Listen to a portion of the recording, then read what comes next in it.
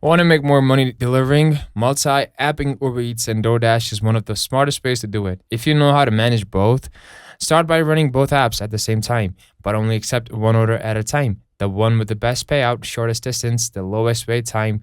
Don't double stack unless both pickups and drop offs are close together. Use decline strategy. Don't accept lowball offers just because they pop up first. Let the best paying app win. Learn the hot zones and peak times for each app. If DoorDash is slow, Uber Eats might be booming and vice versa. Ride the wave. That's it. Really. Stay organized also and pause one app when you're on a delivery with the other. This avoids late deliveries, app violations, and customer complaints. Track your income separately from both apps so you know who's paying better in your area. And finally, don't get greedy. Overlapping orders sounds good in theory, but it can get really messy fast. So focus on efficiency, not just quantity. You like this video? If you found it useful, comment below which app do you make more money on, Uber Eats or DoorDash. And don't forget to subscribe for more gig work tips that actually help.